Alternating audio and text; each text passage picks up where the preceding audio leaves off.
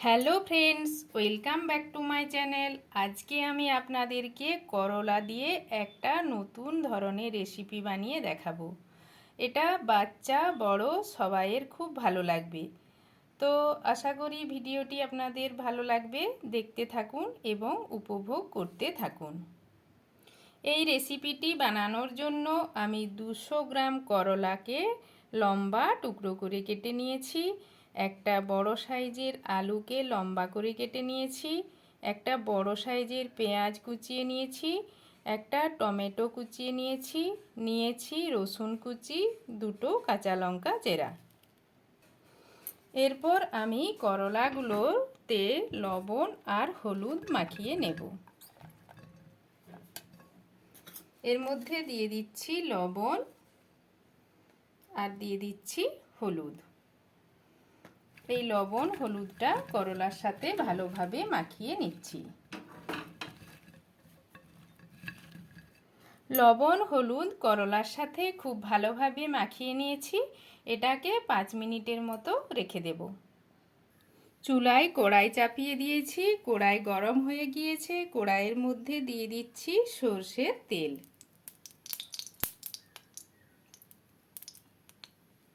এখানে আমি 4 চামচের মতো তেল দিয়ে দিলাম। তেলটা একটু গরম হতে দেব।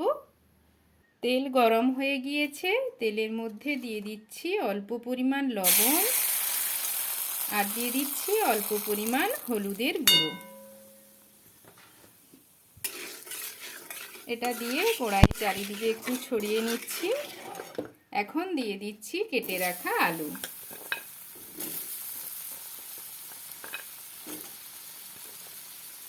আলুগুলো ভেজে নেব।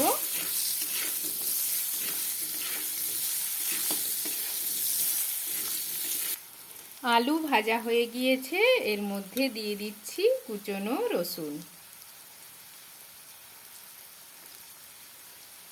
এই রসুনটা আলুর সাথে একটু নাড়িয়ে চাড়িয়ে নিচ্ছি।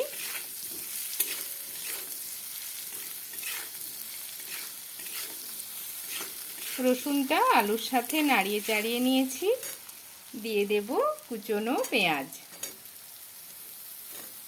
পেঁয়াজটাও আলুর সাথে নাড়িয়ে চাড়িয়ে ভালোভাবে ভেজে নেব। পেঁয়াজ রসুন খুব ভালোভাবে ভেজে নিয়েছি।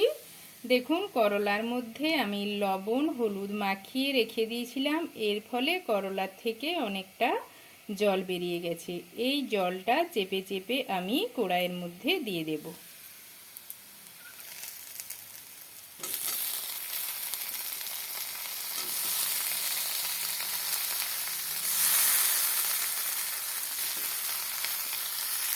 করলাগুলো কড়াইয়ের মধ্যে দিয়ে দিয়েছি।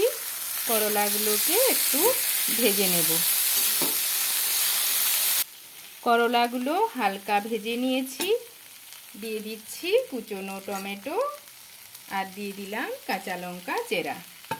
এই টমেটোগুলো একটু নাড়িয়ে চাড়িয়ে নরম করে নেব। টমেটোগুলো নরম হয়ে গিয়েছে, এর মধ্যে দিয়ে দিচ্ছি অল্প পরিমাণ ধনে গুঁড়ো, অল্প পরিমাণ জিরে গুঁড়ো, সামান্য পরিমাণ হলুদের গুঁড়ো আর দিয়ে দেব লঙ্কা গুঁড়ো।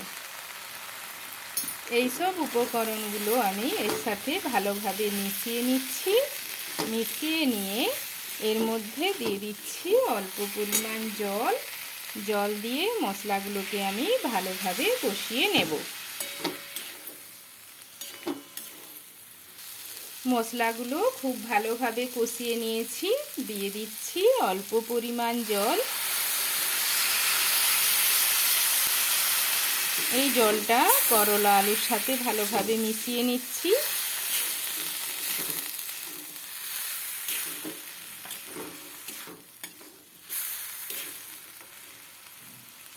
এখন এটাকে আমি ঢাকনা দিয়ে ঢেকে 2 মিনিটের মতো সেদ্ধ হতে দেব।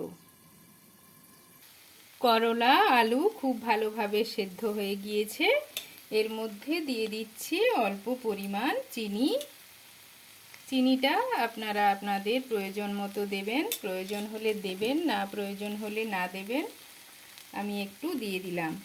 আর দিয়ে দিচ্ছি অল্প পরিমাণ লবণ। লবণ আমি আগে দিয়েছিলাম, কিন্তু টেস্ট করে দেখলাম লবণটা একটু কম আছে, তার জন্য আমি একটু লবণ দিয়ে দিলাম। এটাকে চিনি আর লবণ ভালোভাবে মিশিয়ে নেব।